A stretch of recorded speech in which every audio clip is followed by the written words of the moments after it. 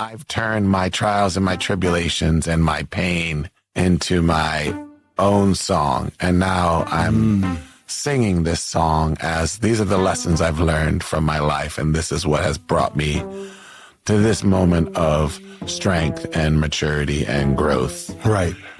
So the waiting for you, it works for you if there's a shift in perspective. Like it would be like focusing on the literalist, you are waiting for me. Yeah. Uh-huh.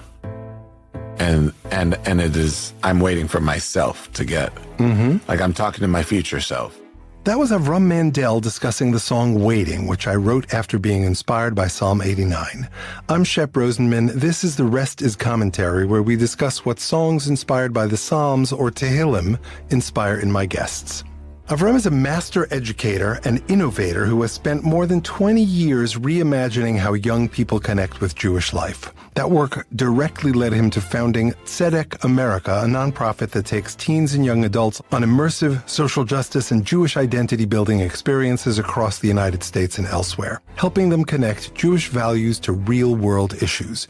You can learn more about him and the organization by going to www.tzedekamerica.org. That's TZEDEK America.org. Avram specializes in high-impact programs that make Jewish learning fun, relevant, and deeply values-driven for whoever is in the room with him.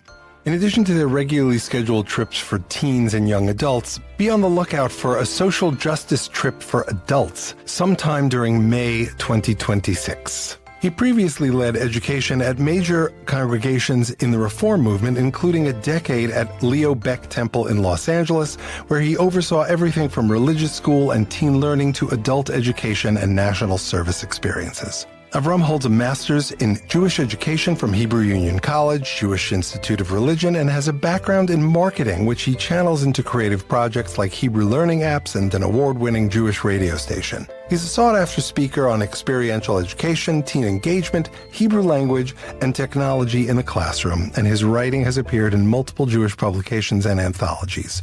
He's also a talented musician and chef with many specialties, including making awesome gluten-free challah and crunchy pickles. Most important, Avram is chosen family. In this episode, Avram and I will be talking about how empathy and storytelling are key to meaningful social change. Empathy is a muscle that needs to be exercised regularly.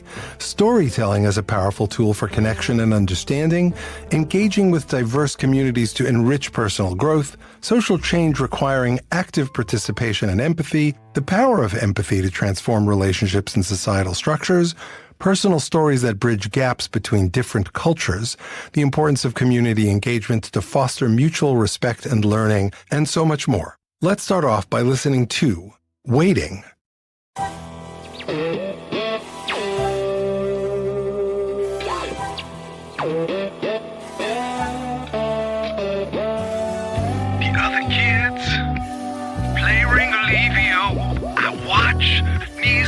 Up to my chin, elbow on, my sweater is ripped, there's a bloody ravine on my skin.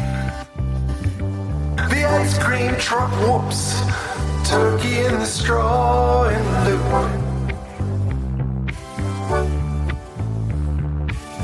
I see the waves from the top of the slide at the playground on Beach 19.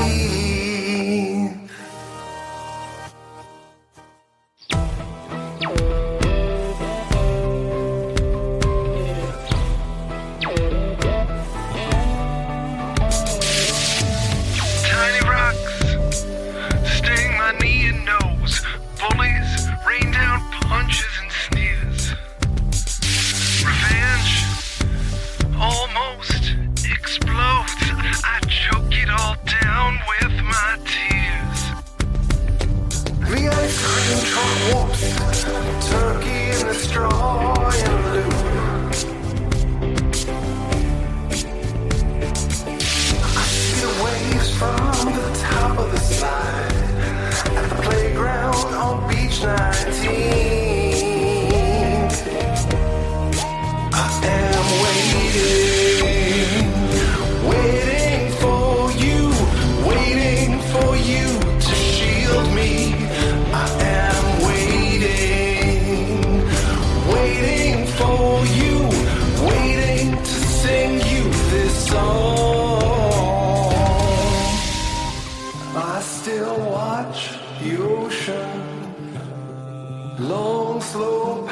powerful pulses, always returning to shore.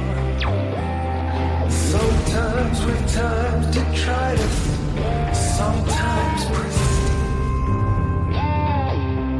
Despite the violence of the waves, I am waiting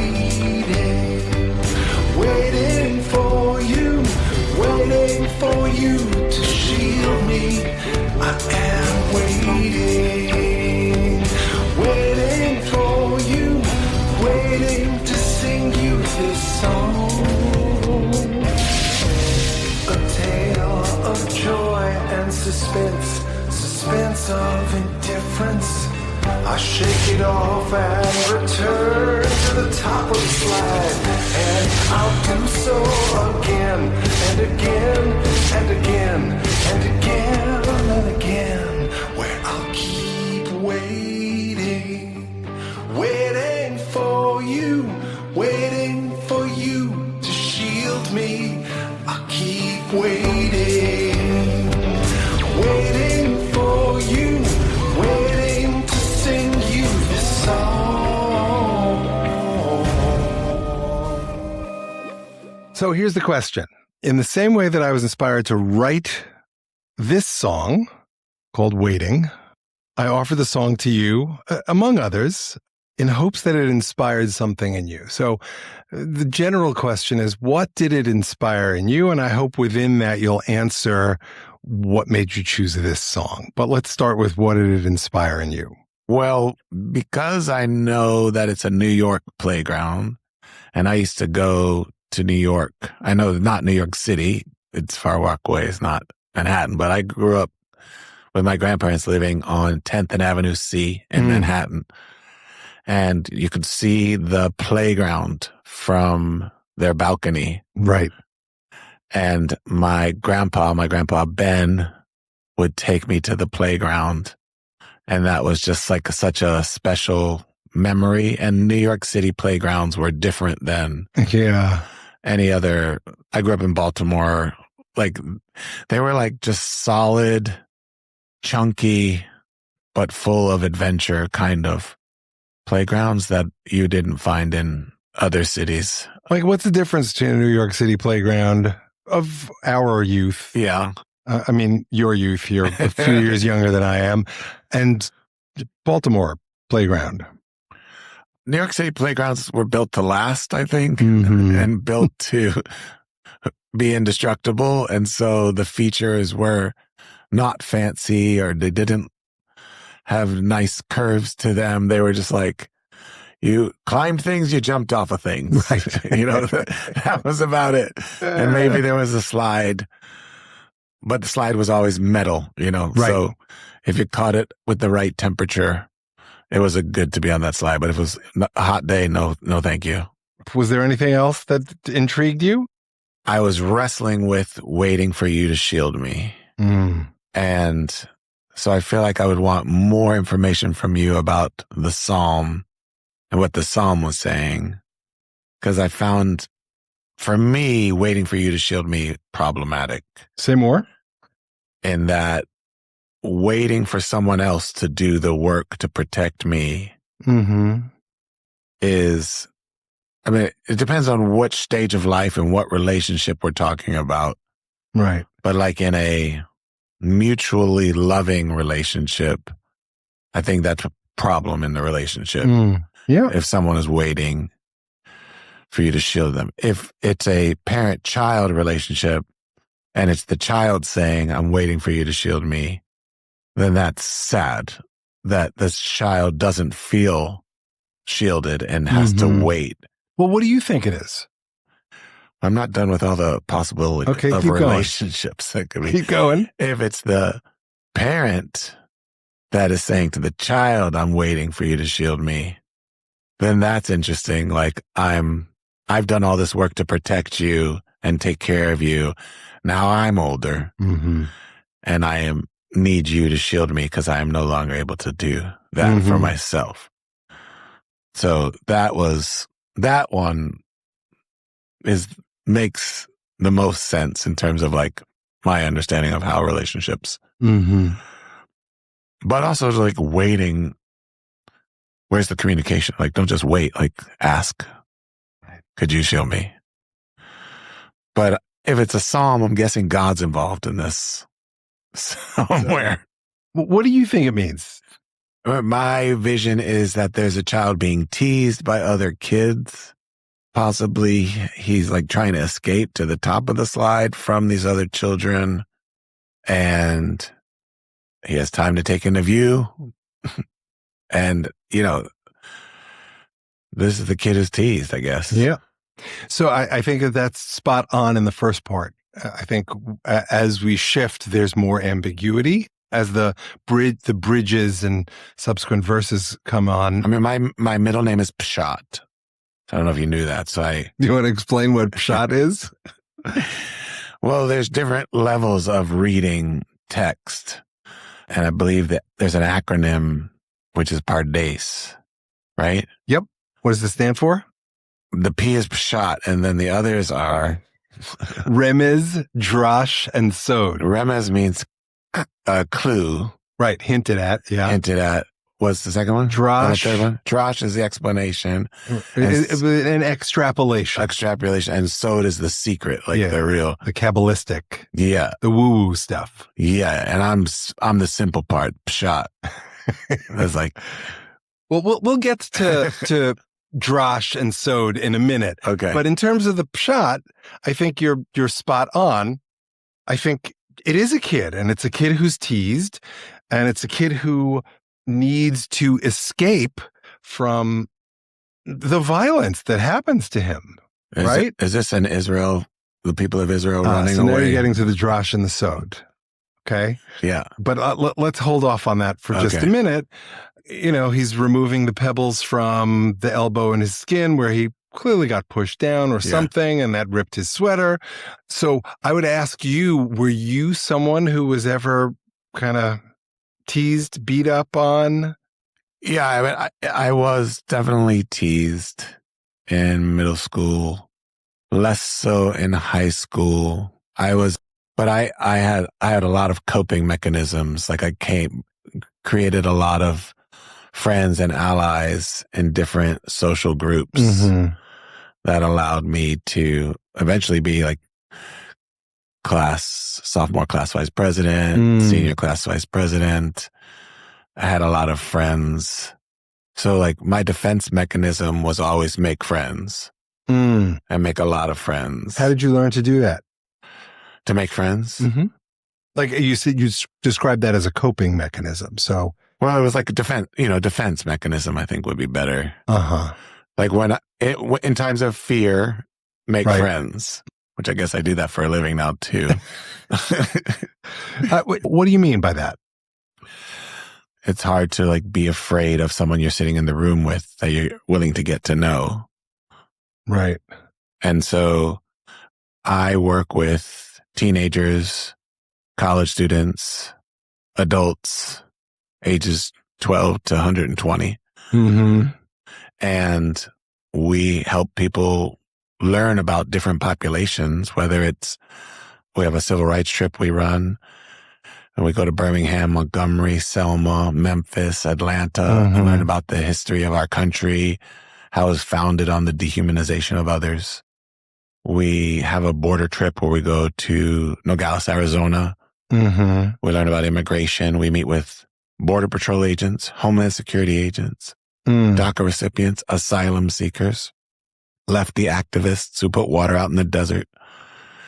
And we do programs in Los Angeles where we go down to Skid Row and we hand out bottles of water, and we go into a community and we are asked, can we be a part of your community and meet you and learn about you? And on Skid Row. On Skid Row. Do you ever collaborate with Mandy? Yeah, we have collaborated. That's with Mandy from Worthy of Love. Yes, she is great. And we partner with several of the missions. And we partner with Homeboy Industries, meeting with gang members. And we don't do this anymore, but on Skid Row, there was a karaoke. Oh, really? Yeah, every Thursday night. And a church held karaoke, and I would bring kids down there. It's like 7:00 at night. Skid Row, Los Angeles has one of the largest unhoused populations in the United States with over 70,000 unhoused people. Wow. And on Skid Row, there's 3,000 to 5,000 within 4 square block radius. Wow. And this church used to host karaoke, and we would go, and many times when you're working with unhoused populations, you're doing something for them. Mm-hmm. Like I'm handing them clothes, I'm feeding them food, I'm bringing them something. And with karaoke, you were going to sing. Mm. You weren't singing for them. They weren't singing for you. You were all going to do karaoke together. And levels the playing field. It was just like humanizing, right? Yeah. That's the whole thing. Like you're a human. I'm a human. Karaoke's fun. And during the debriefs, some of the kids would say, some of those people had really great voices, with such surprise in their tone. And I would say, yeah, some of them did. And another kid would say, some of those people did not have good voices. And I said, yeah, that's true too. Yeah, that's true too. I was like, why do you think that is? And they were stumped. I was like, because those are people. And some people have really good voices. Right. And some people don't have really good voices. What a powerful learning. Yeah. And you would just sit and someone would say, where were you from? And they would say Houston, or they would say Buffalo, New York. And sometimes the other person would say, we're from Buffalo, New York, and they would have conversations. And I asked the pastor there, how do you feel about us coming down here? Is that weird? Are we like taking advantage in some way? Is this, because I'm always questioning. Sure. You don't want to be a voyeur. Yeah. But I'm always questioning the validity of the educational programs that I run. Mm-hmm. Like, am I doing this? Is this for the right reason? What is the motivation? And the pastor said, most of these people don't have anybody. Their families have given up on them. Mm. Society has given up on them. Most people won't even look them in the eyes, which I have big conversations with the kids about looking people in the eyes. Sure. That I'd love to talk about in a minute. And he said, you coming down here and just being with them and being in community with them and sharing love of music and just sharing love is one of the biggest gifts that you can give this community on Skid Row. I forget who said this. Oh, Shammai. Shammai in Pirkei Avos says, the ethics of our ancestors says, to encounter everyone b'sever panim yafot, with a beautiful countenance.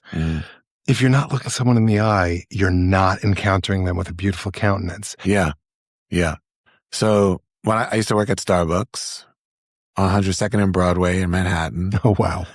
And then also here in LA and on Lincoln, off of Lincoln Avenue and on Lincoln Boulevard and Maxella in Marina Del Rey. And me and the other employees would always talk about who treated us as a human being and who treated us as a vending machine. Right. Now the world is going much more toward not only treating people as vending machines, but only interacting with vending machines. But, people would put their money down on the counter and just slide it to us. And I would like slide it back and I'd say, you can hand that to me. I once had a guy come in and say, hey, how you doing? I want 3 grande lattes and a small black coffee and grande cappuccino. And I said, fine, thanks. How are you? And he said, what? And I said, well, your first question was, hey, how are you doing? So I'm answering your question. I'm fine, thanks. How are you? And what a great modeling. He said, good. And I said, okay, now what's your order?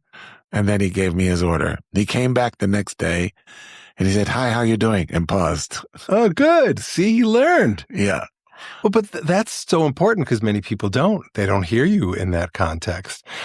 For me, my father was the guy behind the counter at his store, but he was kind of gruff and rough. What kind of store? Printer. He was a printer. Okay. But my mother would talk to fucking anyone. And I asked her why. And she's like, everybody's human. You got to meet them where they are. And So I learned from her. You talk to your server. You ask their name. Yeah. If there's a doorman that you encounter, you say hello. You say thank you. Yeah. You ask him if he needs a cup of coffee if it's a cold day outside. And all of that is bound up in really kind of seeing people. So I want to bring us back to, you said that's what I do for a living. I make friends for a living. Yeah. So can you thread the needle and put these together? Maybe. So we help people come in proximity to other people through our programs. So we have the title of like immigration justice or civil rights journey or poverty alleviation and food insecurity, and studying these issues and learning from people affected by the issue, learning from people who are addressing the issue, philanthropists, politicians, and figuring out how to make this world a kinder place, a more loving place where everyone has the opportunity to love and be loved. And everyone has the opportunity to succeed without a stumbling block before them and a brick tied to their ankle. Right. So that's like the big goal. Those are big goals. Like, yeah, this sounds nice, buddy, but I'm not running for the mayor of any city. But how do you accomplish that? Right. And to me, you teach people how to treat another person as human. Mm-hmm. And that is to like learn from their story. Everybody has a story to tell. Right. And if you're honored enough that they're willing to share their story with you, what a blessing. Sure. And then you can learn from them and their life experience. And then you can feel closer to them and learn about who they are and their needs. And then maybe you can work on something together as well. So through my work, we're bringing groups, teenagers, adults, to meet people who were activists during the civil rights movement, to meet someone who escaped El Salvador because they were, being persecuted by gangs and are looking for a better life, to meet a Homeland Security agent who grew up Jewish in New Jersey and found his way to be a Homeland Security agent. And so now this is the way he's doing good in the world. Right. Or a gang member who committed murder at the age of 16, but is now in society teaching teenagers art. Wow. Right. So all of these people are just human beings who've had different life paths, made some interesting choices, maybe have had trauma that they're processing and dealing. And we want to just put people into categories without learning about who they are. That person is unhoused. I know who they are. I know everything about them, right? They're unhoused. I got it. Mm-hmm. Right. What do you know? 40% of people who are unhoused have jobs. Mm-hmm. Right? Did you know that? Right? So like 30% of people who are unhoused have a mental illness. Did you know that a lot of mental illness follows homelessness? Not you become unhoused because you have a mental illness. Right? So like that's a human being who has had trauma, some kind of trauma that has led them to this path. Right? So how can I learn about them? Ask if they want my support. How can I support them? So that's whether it's someone who's escaping an awful situation in another country, a gang member, an unhoused person, someone who's been discriminated against. Like, these are all just human beings who are trying to make their way through the world. And we could all do a much better job supporting one another when we learn about the individuals. One of my favorite lines in the movie Men in Black, a very profound movie, and I'll be misquoting here by saying, Kay says, the person is smart, people are stupid. And he's talking about like group mentality. Sure. As opposed to the individual mentality. Right. And so like, how do we individualize? And that's a lot of work. It's exhausting. Yeah. I'd rather put you in a category. Oh, you're Jewish. I know everything about you. You're Black. I know everything about you. It's just like, I'm shortcutting my thought process because thinking is tiring.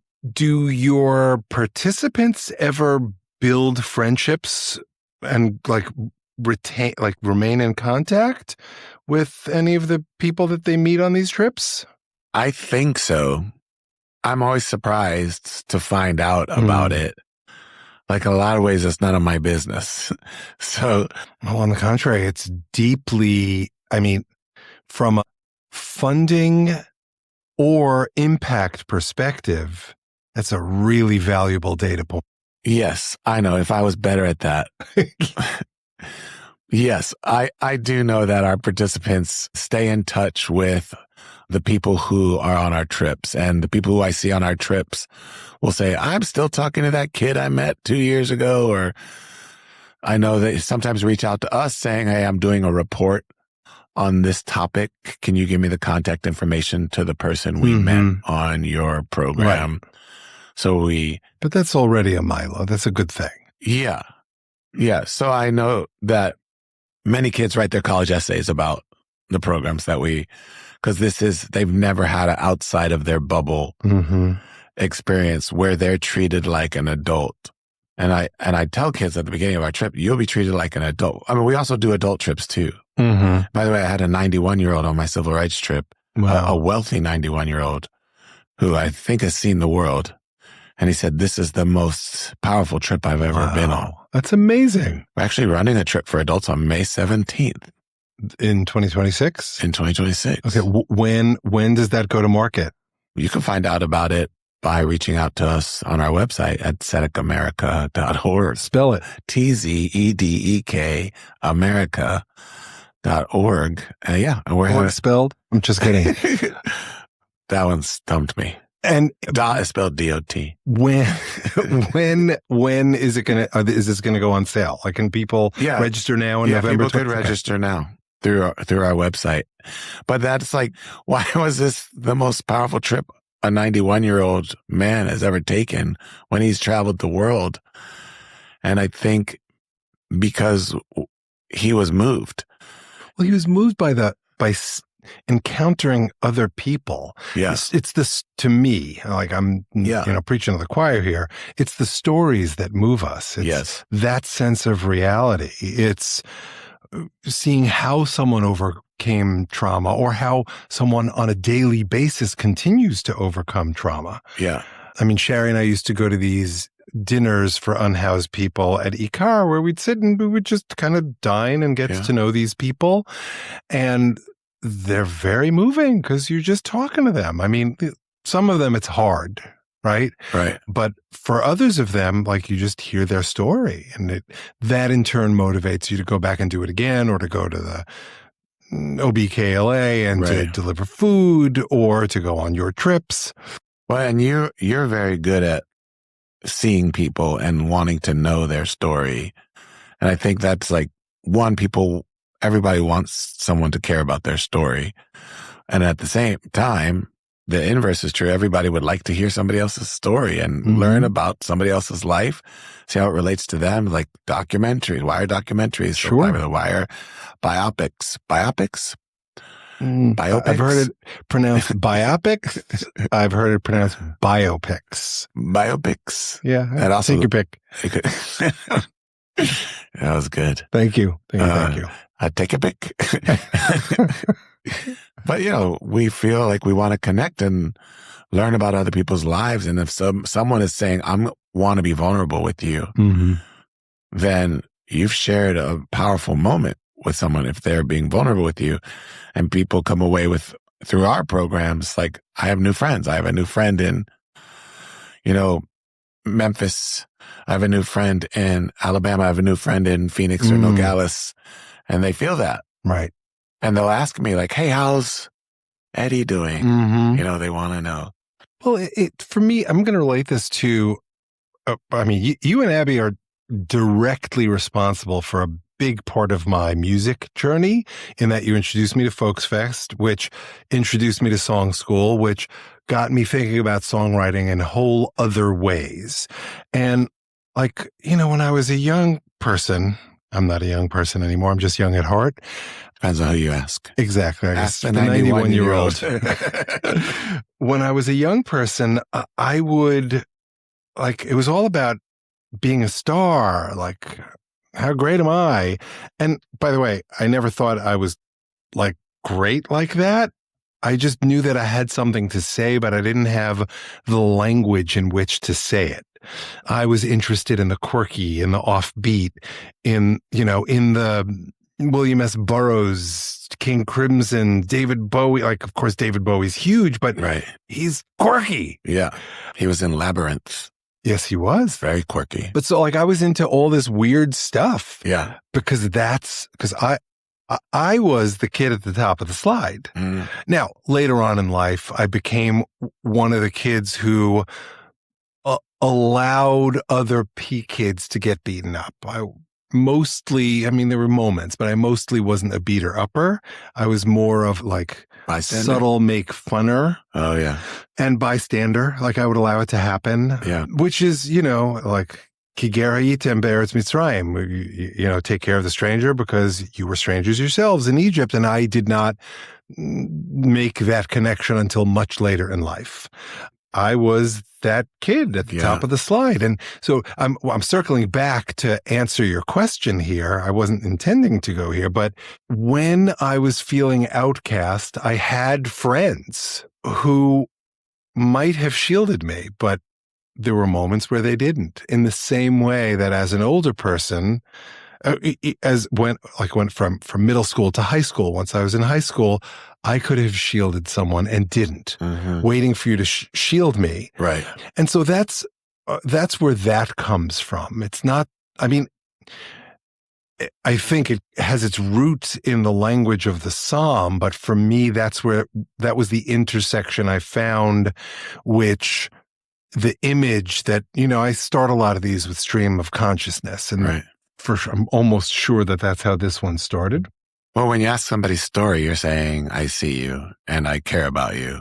And this is why we tell stories in Shiva, right? And this is why the British, South African, and Australian communities, their form of nichum, their form of, like the rabbis wrote this script to offer comfort because you can't really comfort someone. Yeah. But there's a script, so you have something to say. And the English version is, may you live a long life. Why? As I learned this from Selwyn Gerber. Why? So that throughout that long life, I can tell the stories and learnings of, your loved one, or you can tell the stories of your loved one.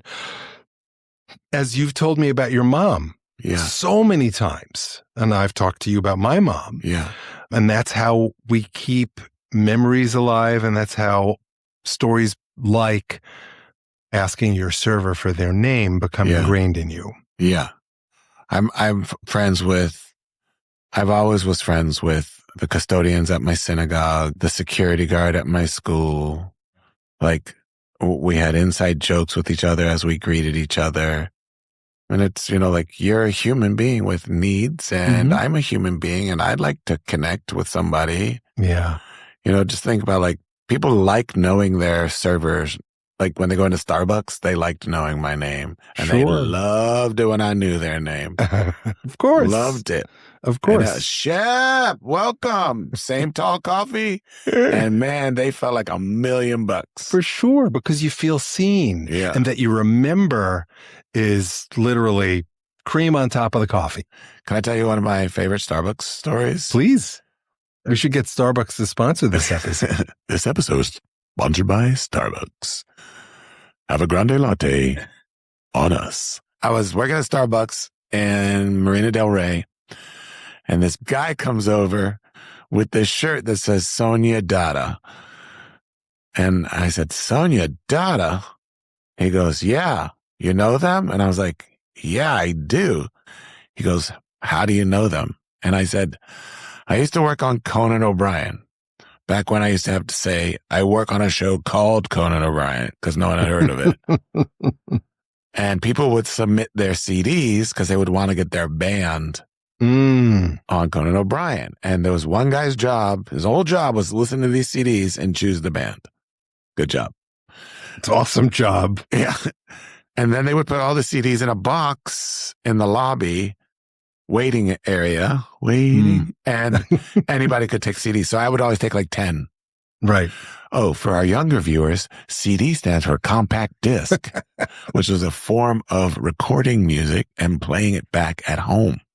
And so I once got the CD, had 3 songs on it, and this band called Sonia Dada, and I loved it. And they had a version of, the Beatles song Rain? Sure.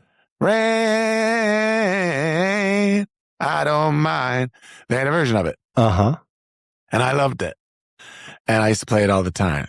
And so I didn't tell him this whole story, but I said, they tried to get on Conan O'Brien once, and I got their CD because I used to work there, and that's how I learned about them. He goes, oh, nice. What's your favorite song? And I go, Rain, I don't mind. And then he goes, oh, you sang that well, and I think you were on the right key. And I was like, oh, thanks. On the right. Wait, why does he? And he goes, thanks so much. And he tips me a $20 bill. Wow. And he goes, by the way, we did get on Conan O'Brien. And leaves. That's amazing. Yeah. How cool. I don't know where that band is today, but I know where that story is today. So I want to take us to another part. I said we were going to talk about the Sod or Drash later. Yeah. You asked me if this was going to an Israel place. What do you think? Did the lyrics cover Israel? I'm holding that question, but I want to ask an even broader question. Is this just a story about a kid at the top of the slide, or might this work as a metaphor for other things? Well, anything could work as a metaphor. But does this work? I mean, Yeah. And you can say no, it doesn't work. I'm a literalist, so like I get stuck on concrete images. So like you're like, does this work as something else? And I'm like, there's a kid stuck at the top of the slide right now. How could anything else be important? Okay, well, he's got to get home before dinner. Right. And he's surrounded by mean kids who are going to bully him. But at the end of the song, he talks about how he's going to go there again and again and again, right? Yeah. So he goes on to say, a tale of joy and suspense of indifference. I shake it off and return to the top of the slide, and I'll do so again and again and again and again, or I'll keep waiting for you. Yeah. So, I mean, to make the case, right? I think that at this point in the song, where we go to, I still watch the ocean waves. So now it's not clear, and I don't remember what I intended, what I didn't, but as I'm reading the text, it's not clear that this is still the kid. Seems like a more mature perspective, but the kid's still inside the speaker who's watching the ocean waves, long, slow, powerful pulses, always returning to shore. So that's the thing. There's this sense of repetition and cycling, and this sense of mixedness, sometimes pristine, despite the violence of the waves. Like a kid would never say, sometimes with times detritus. Right. That's clearly Shep talking, or the adult talking. Yeah. And now I'm waiting for you means something else, if that's the case. And again, we have this blending, tale of joy and suspense, etc. I guess I was going to make the case. The being beat up, being made fun of is something that kids do, but it's also something that adults do regularly. It could be as passive as not saying hello to someone you pass at Skid Row. Yeah. It could also be not taking care of your friends at shul or school or work. It could be, cutting off the guy at the Starbucks line. Right. That metaphor is intended, whether it works or not is the open question, but is intended to say, you know what, despite the yuck, I will return to the top of the slide again and again. I'm going to choose hope. I'm going to keep going to the border. Yeah. I'm going to keep going on the civil rights trip, right. And so on and so forth, because I choose hope, because I want to learn from the scrapes and the ripped shirt as metaphor for all the yuck that happens. Right. What I get stuck on is waiting for you to shield me. I like the idea of where you're going with, and I'll keep doing it again, and I'm growing, and I'll deal with the conflict and these complex feelings. And I know that a lot of people want someone to shield them. Like, and the guy stood up for me, or the woman stood up for me, or and someone said, no, you don't. That was like, that feels good. Like, I got you, man. I got your back. Like, that always feels good. But to be waiting for it feels disempowering to me. Point taken. Yeah. And at the end of the day, we all encounter lyrics the way we encounter them. Yeah. So I'm going to underscore the validity of that perspective. And I really can see it.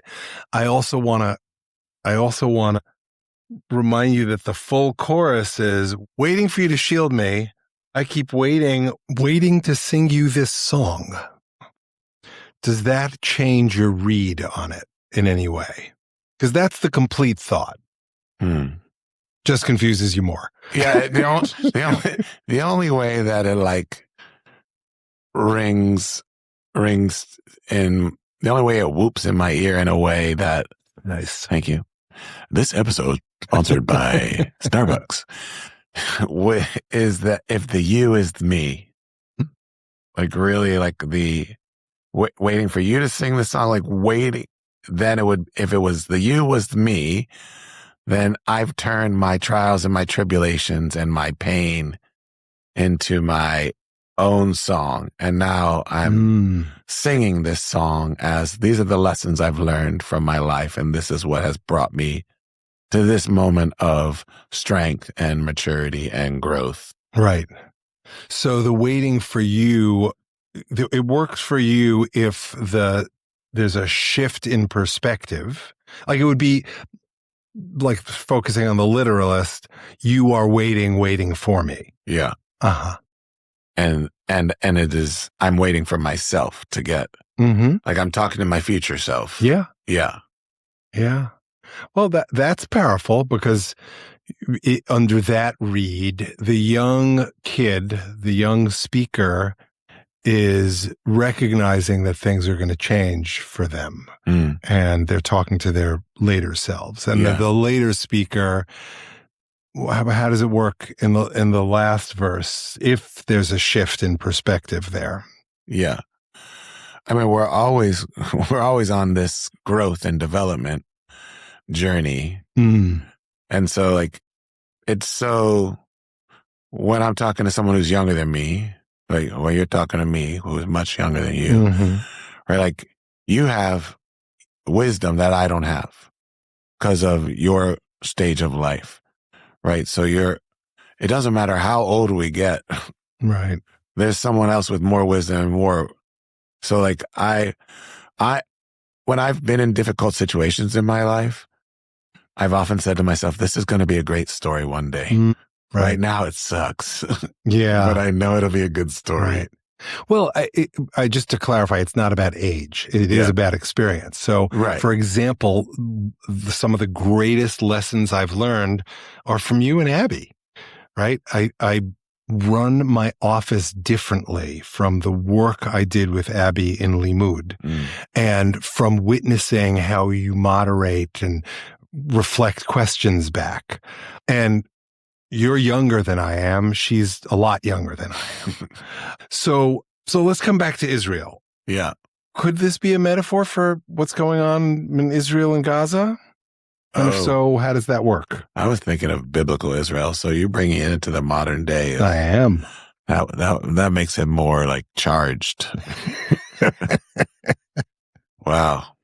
Could it be? I mean, did you think that? Because so now I hear that you were thinking the ancient Israel. The people of Israel and like wandering in the desert and like afraid, where's my next manna coming from? Right.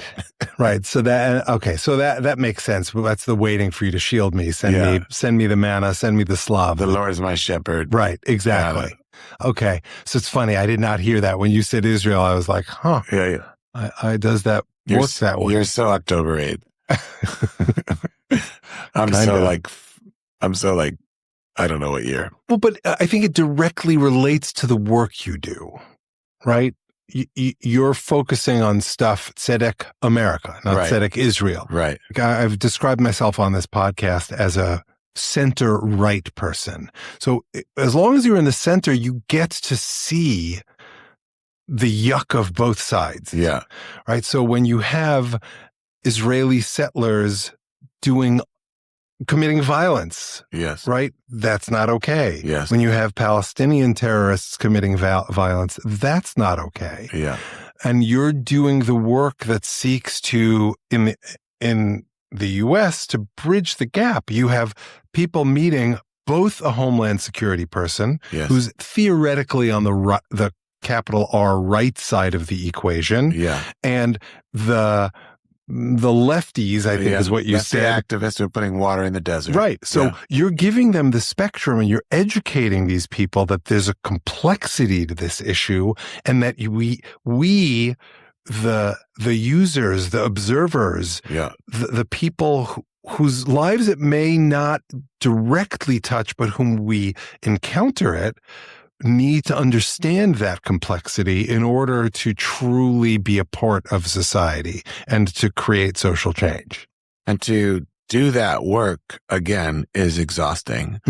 I would say, including myself, anybody who's done my immigration program, anyone who feels like they're super left becomes more center. Interesting. And anyone who felt that they were super right and knew what should happen becomes more center. Right. And that you learn from these human beings who are involved in the story about the complexities of the issues and the nuances, and that we're dealing with human lives, not votes. Yeah. We're not trying to get votes. Yeah. We're trying to see what's the best thing for these humans. And that's the really interesting thing about that trip. And people go in skeptical of that trip. Like I've had people on the political right and people on the political left, both skeptical about that trip. And they're like, well, who do we want on our borders? Like, is that the kind of guy we would want protecting our border? I mean, I guess I wouldn't do it, but like, right.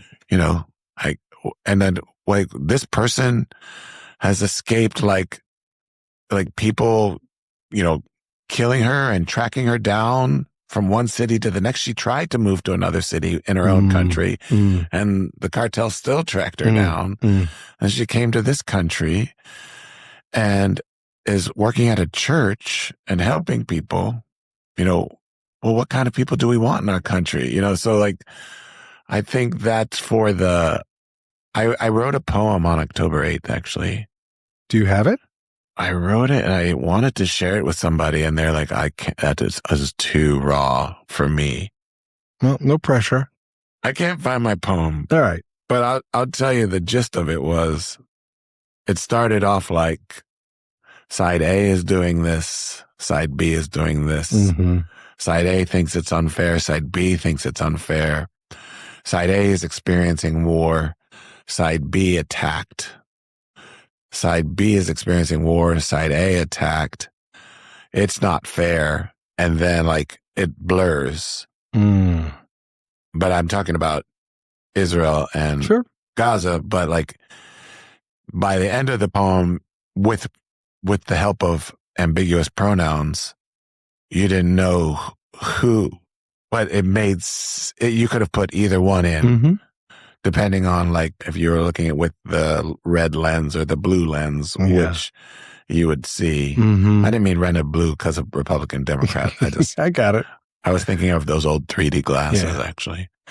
This reminds me a lot of my conversations with Robbie Berman that I had a couple of weeks ago.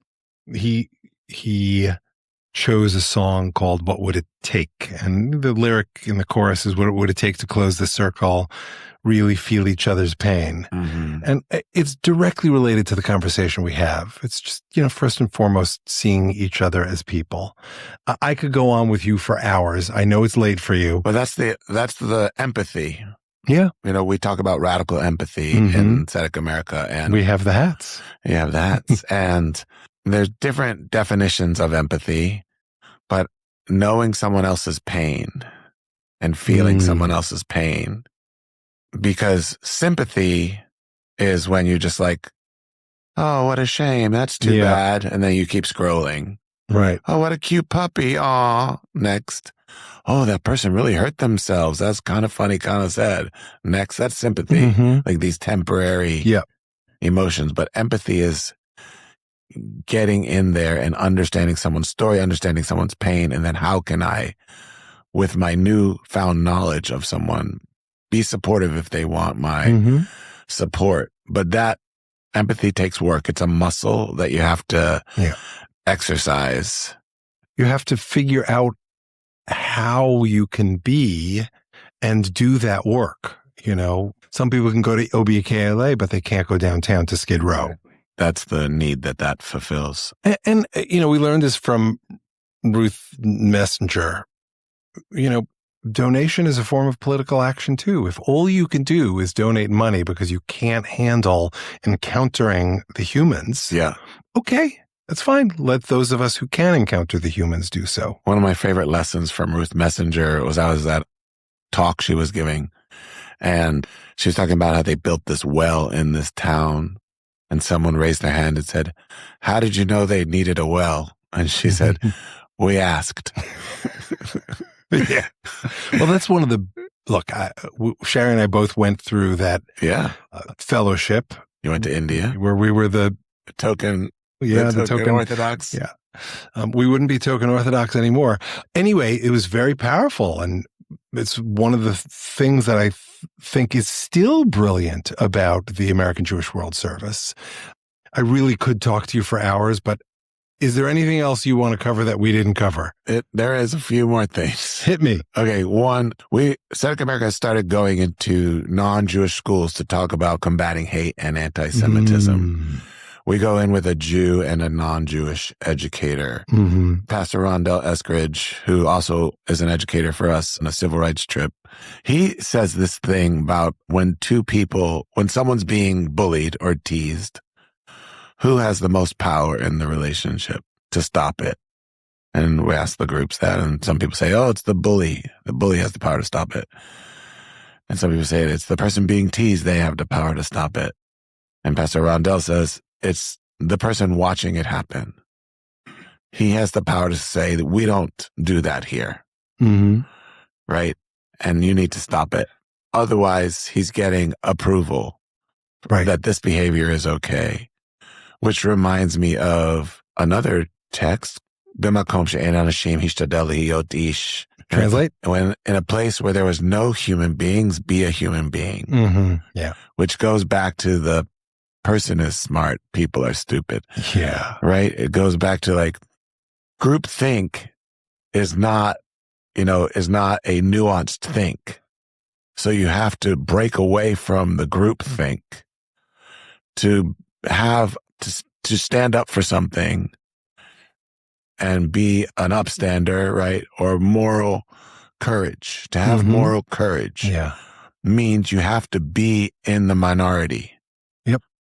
Why? Because if everybody was doing something correct already, you wouldn't have to stand up. Right. Therefore, to have that moral courage, you have to be in the minority, which is super hard. Fear of rejection, fear of becoming teased yourself. Yeah. Right. And so when we go into schools, we're talking about the history of anti-Semitism. We're talking about racism. We're saying, like, what kind of school culture do you want to have? And what are you going to do about it? You, individual student. Right. To make this school the kind of school you want it to be in. And we're now in LAUSD schools. We're in independent schools. We're going to be starting a drop-in Zoom office hours for kids to just come. Wow. And say, like, here's what I'm experiencing. I don't know how to deal with it. We have a full-time employee who that's their only job is to That's amazing. help combat hate and fight anti-Semitism. But the first school that ever called us was an independent school here in Los Angeles and said, will you come talk about anti-Semitism? And I said, I will talk about how to change your school culture. I will talk about how to be an upstander. I'm not going to just talk about anti-Semitism. I'm not going to say don't hate Jews. We invented Waze and the cherry tomato. Rationale doesn't work. But I can talk about how you can be angry at somebody without bringing in their ethnicity, their skin color, their religion into the conversation. Yeah. I can teach people how to have nuanced conversations and ask questions. So it sounds like you've evolved into focusing on anti-Semitism as well. Yes. How did that happen? a friend of mine who I used to play basketball with was the head of DEI at his school. And he said, can you get the Jewish parents off my back? They're complaining about anti-Semitism at the school. This was 2019, pre-COVID. Wow. And I was like, I will take any Trojan horse to get in a school to help change culture. Mm-hmm. Yeah, you want me to come to your school? Yes, I'm going to come with me, my director of development, who's an expert in Israel, who's on the World Jewish Congress. Mm-hmm. And I'm going to come in with African American youth minister from Inglewood. And we are Pastor Rondell? Pastor Rondell Eskridge, and an amazing educator. And the three of us will model how to have conversations. When we'll talk to each other about microaggressions, and Pastor Rondell will say, you're Jewish, right? Can you help me with my taxes? And then we'll say, yes, if you can help me with my jump shot. And the kids are like, oh, man. And then we're like, what just happened there? Right? We made assumptions about each other. We ask kids, who's told a racist joke? Every hand goes up. Who's heard a racist joke? Every hand goes up. And I say, who's created their own racist joke? Almost no hand goes up. Well, what does that mean? That you have passed hate along without even creating it yourself. And words do matter. Actions matter in this school community. What kind of school community do you want to have? In a place where there are no humans, be a human. So it's all the same. Yeah. It's all the same lesson that people need to hear it in different ways. And again and again and again and again. Do you ever follow up with these schools, or do they do follow up to see the impact of these talks? Yes. And now teachers come over to us and say, you're saying things we don't feel we're allowed to say. Really? Why? I don't know. There's politics. Whatever the politics are of the place. Students say, thank you. You're the first group of people to talk to us like adults. You didn't talk down to us. You talked to us. Right. Well, you saw them again, coming back to that. Yeah. And they get to ask questions at the end. So sometimes they ask about Israel, not a ton, but they ask about Israel. They ask about, like, what should I do in this situation? I get teased for being gay, and I don't know how to handle it. Well, we're trying to create brave and safe spaces where people can ask these questions, and they do. And we also model how to ask questions. Like, you can be curious about things. One time at an assembly, I said to Pastor Rondell, hey, why are all the black kids sitting together? And the kids were like, what? And the black kids that were sitting together, like, kind of laughed, because, like, we've all noticed it. Maybe we've wondered it, but we're never supposed to talk about it. But if you come from a place of curiosity and seeking to understand, not a place of judgment, then we can, like, learn about each other and from each other. And he goes, well, aren't all the white kids sitting next to each other too? Right? And don't you want to sit with people who maybe share the same culture or same kind of language? Isn't that a natural thing?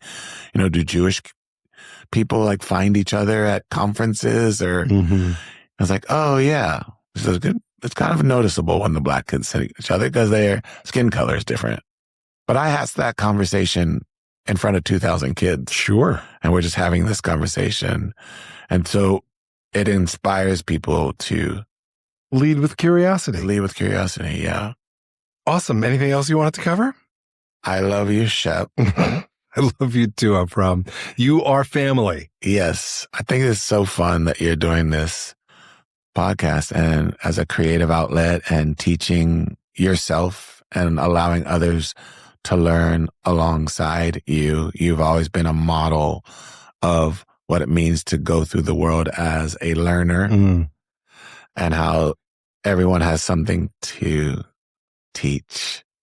Everyone has something to learn and something to teach. And something to teach. And you've really embraced that in so many aspects of your life. Yeah. Thank you. Well, look, I think your wife is the first person who recognized that in me, and it was before I recognized it in myself. I just wanted to do songwriting workshops, and that's where I thought it was going to end. But she said, no, you can teach. I'm like, I was the worst student. And she said, no, you can teach. Yeah. And specifically what prompted her to say that is because I love learning. Yeah. So I'm grateful to each of you for so many different things that I've learned from you. And I will often end these with a bracha, a blessing. So I would like to do that with you. May you have the strength to take care of yourself so that you can continue to teach us how to take care of the world. It's beautiful stuff that you do. Thank you. I love you, my brother. Love you too.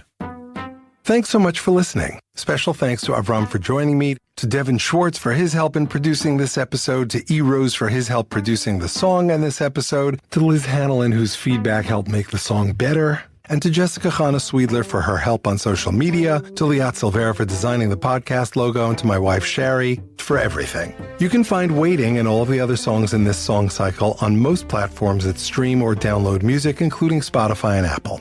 In the next episode of The Rest is Commentary, I'll be talking with my friend, Hollywood agent Jim Eric. We discuss guilt as a step towards resolution and personal growth, moving towards acceptance, finding faith and spirituality outside organized religion, how surviving cancer changes your perspective on life and your priorities, music as a powerful influence on personal experience, seeking deeper understandings of yourself, and so much more, all inspired by Jim's thoughts after listening to Don't Turn Away From Me, inspired by Psalm 38. Please join us.